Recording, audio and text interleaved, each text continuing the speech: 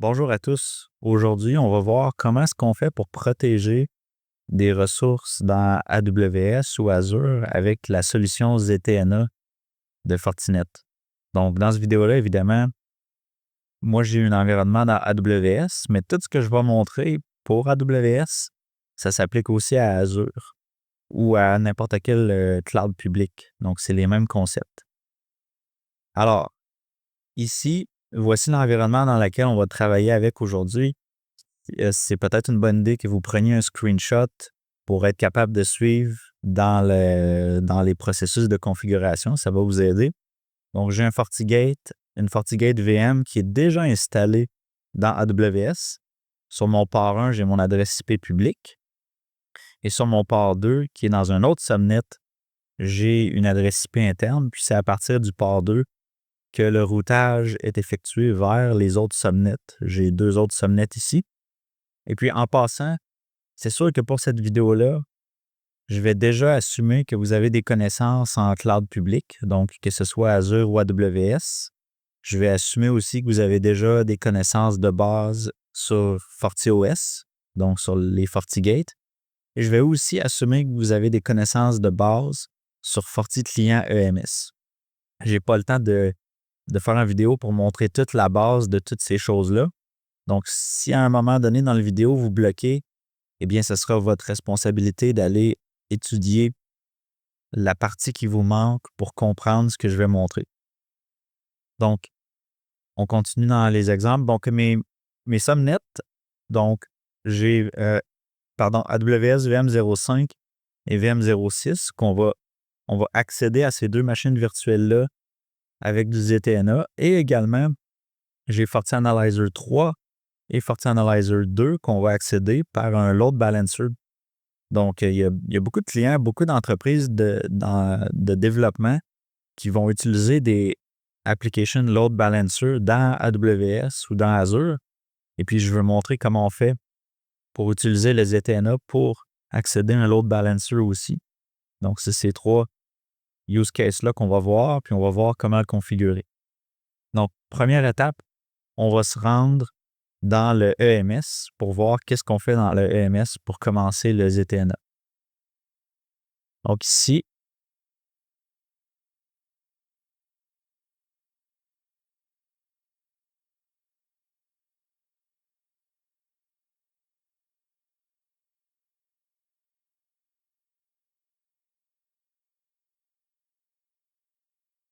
parfait. Donc, la première des choses qu'on va créer, on va créer une application ZTNA. Tout ça, ça va se passer dans le ZTNA Application Catalog. Puis une application ZTNA, c'est quoi? C'est là qu'on va venir définir comment que nos ordinateurs, comment que nos endpoints, nos usagers qui sont à l'extérieur, comment est-ce qu'ils vont faire, par quelle adresse IP qu'ils vont passer pour accéder à l'application. Donc, dans mon cas ici, si je regarde, j'en ai plein des applications, mais on va regarder ceux qu'on va utiliser aujourd'hui. Donc, on a, par exemple, AWS VM06. Si je la modifie, on voit que, premièrement, je mets l'IP. Donc, ça, c'est l'IP réel de la VM. La VM06, donc c'est 10.0.87.221. Ça, c'est la vraie. On met la vraie IP privée. Ensuite, on met un subnet mask. On peut spécifier le port. Moi, je mets le port 22 parce que c'est du SSH pour me connecter dans cette VM Linux-là. Ensuite, le gateway. Ça, on va voir, le gateway, on va le créer dans le FortiGate VM ici. On va le créer un peu plus tard. Je vais vous montrer comment faire. Mais il faut vraiment venir ajouter l'adresse IP publique. Donc, ça va être, moi ici, c'est 328.216.15. Ça, c'est l'IP public du FortiGate. Et donc, dans mon cas, j'ai utilisé un FQDN que je redirige vers l'IP public, là, un A-record. Mais vous pouvez le faire par l'IP direct. Donc l'IP, le port, il va être défini dans le FortiGate VM quand on va le configurer plus tard. Donc, moi, dans mon cas, j'ai mis le port 2000. Et puis là, le gateway, c'est à ça que ça sert. Moi, j'ai déjà lui qui est en place avec le port 2000. Et après ça, on va nommer l'application. Donc, moi, c'est AWS VM06. Donc, ça, c'est les paramètres essentiels pour configurer notre application. Puis on voit que je l'ai fait pour également VM05. Ici, la même chose, j'ai mon IP, mon masque, mon port. Dans VM05, c'est une VM Windows, donc on va faire du RDP sur le port 3389. C'est toujours le même gateway que j'utilise, qui est mon FortiGate VM. Une fois que nos applications sont créées, la prochaine étape dans le EMS, c'est d'aller modifier notre profil ici dans les ETNA destination. Bon, quand vous arrivez ici, là, vous allez avoir rien ici, ça va être vide. Donc, vous devez cliquer sur Add. Puis dans Add, c'est là que vous allez voir le catalogue d'applications qu'on a créées. Donc, les applications que vous créez dans le catalogue vont apparaître ici. Vous les sélectionnez et puis vous les ajoutez. Moi, ils sont déjà ajoutés. Donc, si on regarde, ici, j'ai mes 3 applications. J'ai mon VM05, VM06, puis j'ai mon Application Load Balancer. Le Load Balancer, je peux peut-être vous le montrer comment je l'ai configuré. Dans AWS,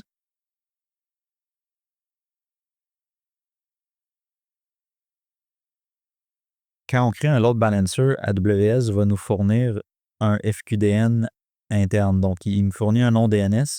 Cette entrée DNS-là, ça va résoudre aux adresses IP privées internes du load balancer qui est ici. Il va résoudre aux 2 IP du load balancer. On ne les voit pas sur le diagramme, mais le FQDN va résoudre à ça. Donc, moi, c'est ça que j'ai pris ici pour configurer mon application ZTNA. Donc, je dis que c'est ça le FQDN de destination que je vais utiliser. Ensuite de ça, quand on ajoute nos applications, on peut choisir d'encrypter ou pas.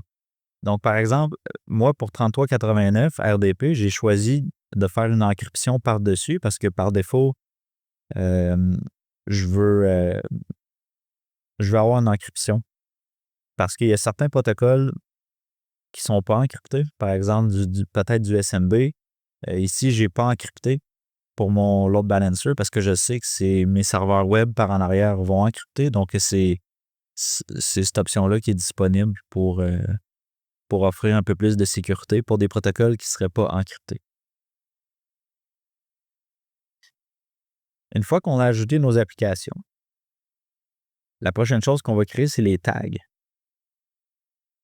Les tags, c'est ça qui va permettre de faire la validation du poste. Donc, c'est la règle qui va valider le statut du poste pour qu'il soit autorisé à se connecter à notre FortiGate VM pour faire du ZTNA. Donc, moi, dans mon cas, j'ai le AWS Compliant que j'ai créé.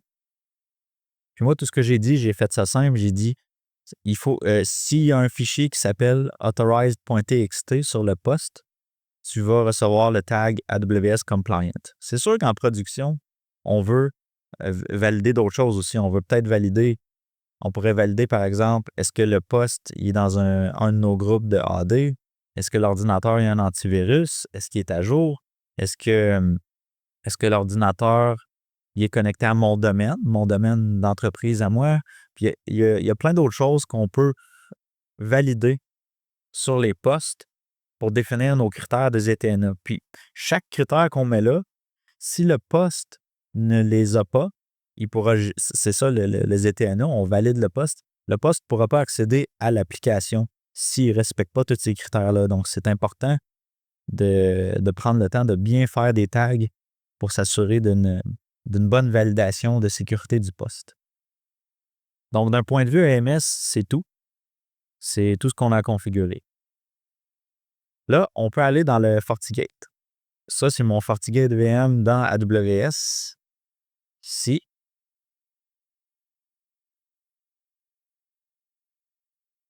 Donc, par défaut, je crois que l'option est désactivée. Ça se peut que vous deviez aller l'activer dans ici, dans les Feature Visibility.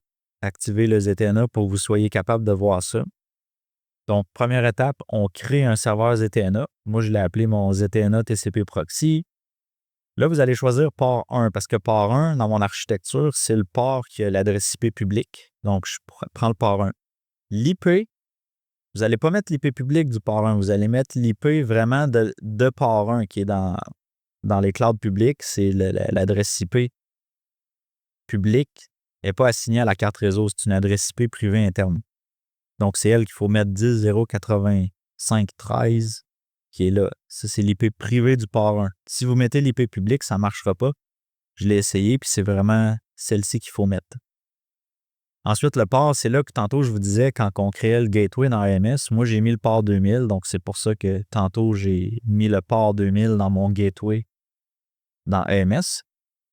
Vous pourriez venir injecter, en plus du ZTNA, on pourrait venir injecter de l'authentification par SAML avec un fournisseur d'identité, par exemple, avec un Forti Authenticator ou Microsoft Entra ID, avec du MFA en plus de par-dessus. Moi, dans mon cas ici, je ne l'ai pas fait, mais ça serait là que vous le configureriez si vous voulez le faire.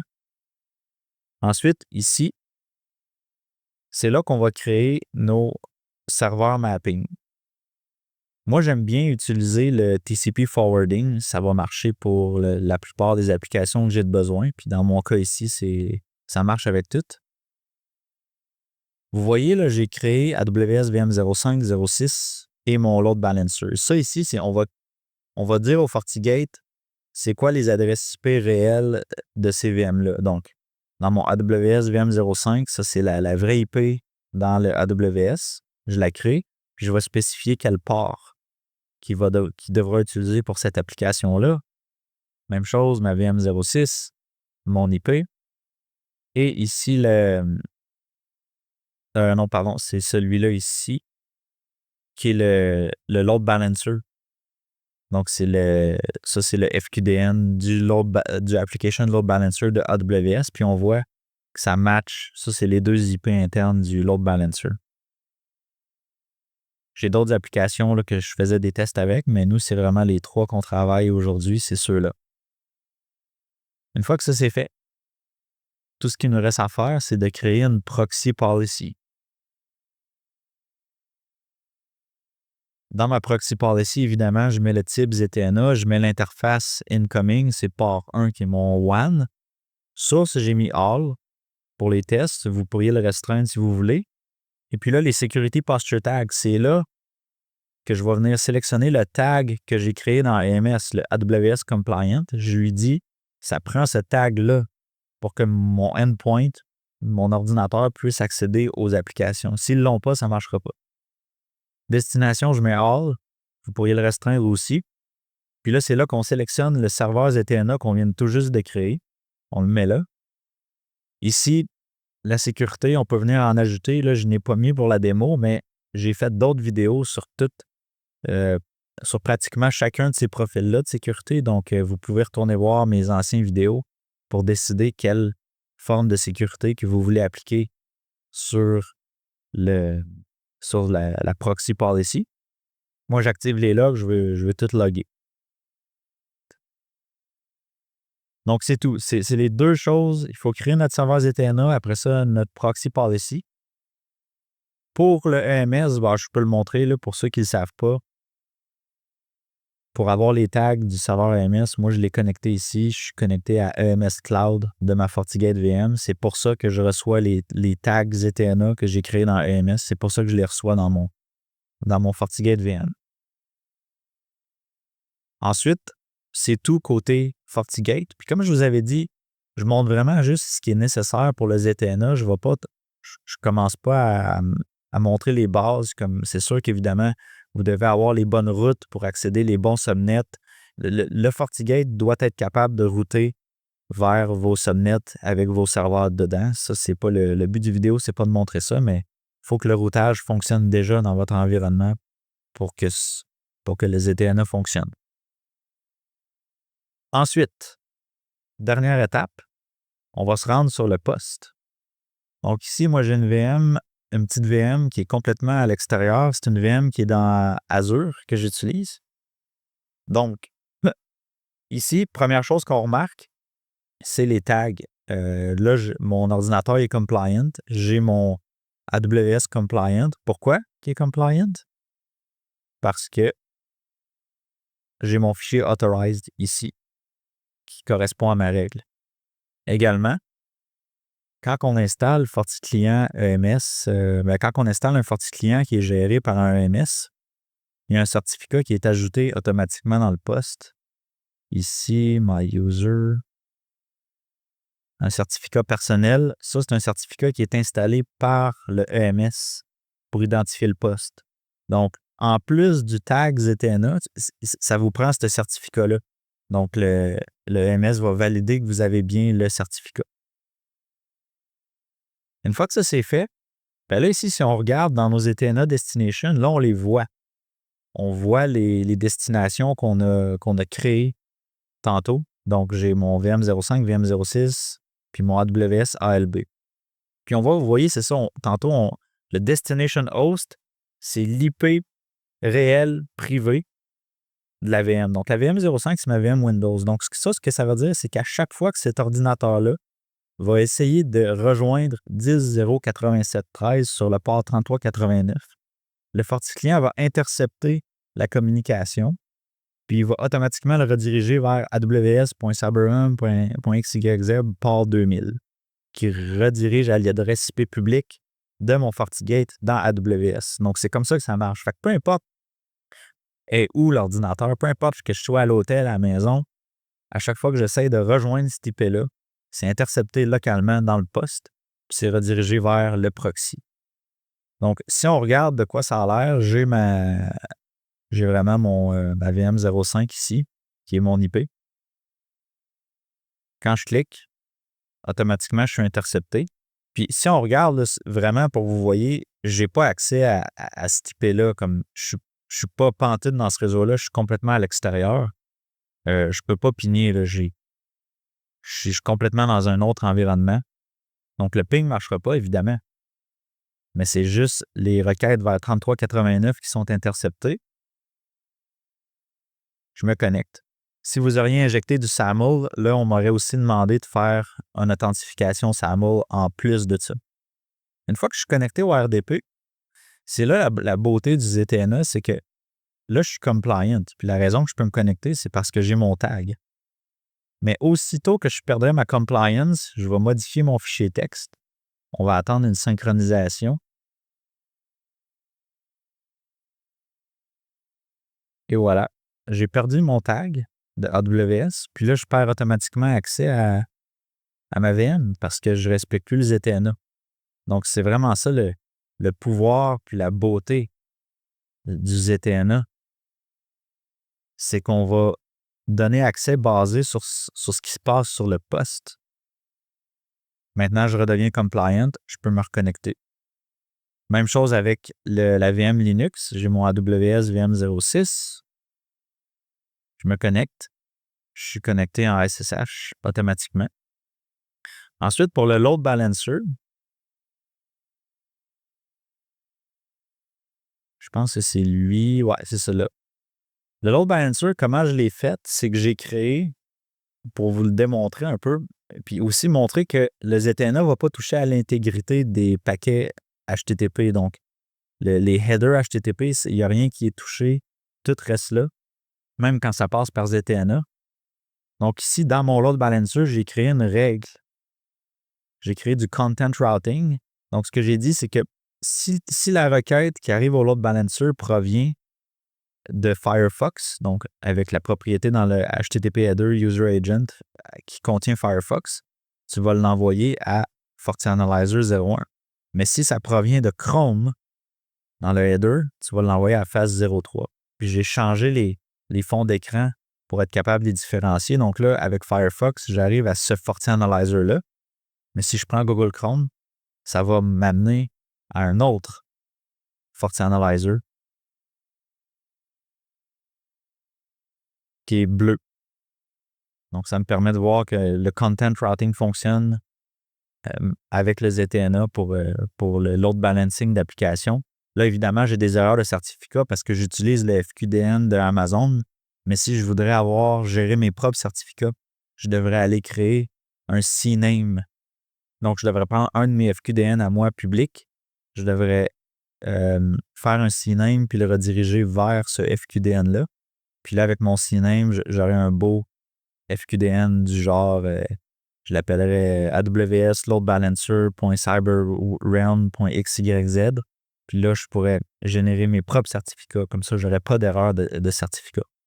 Mais là, c'est sûr que je ne peux pas avoir mes propres certificats parce que je ne contrôle pas ce domaine-là de Amazon. Donc, c'est pour ça.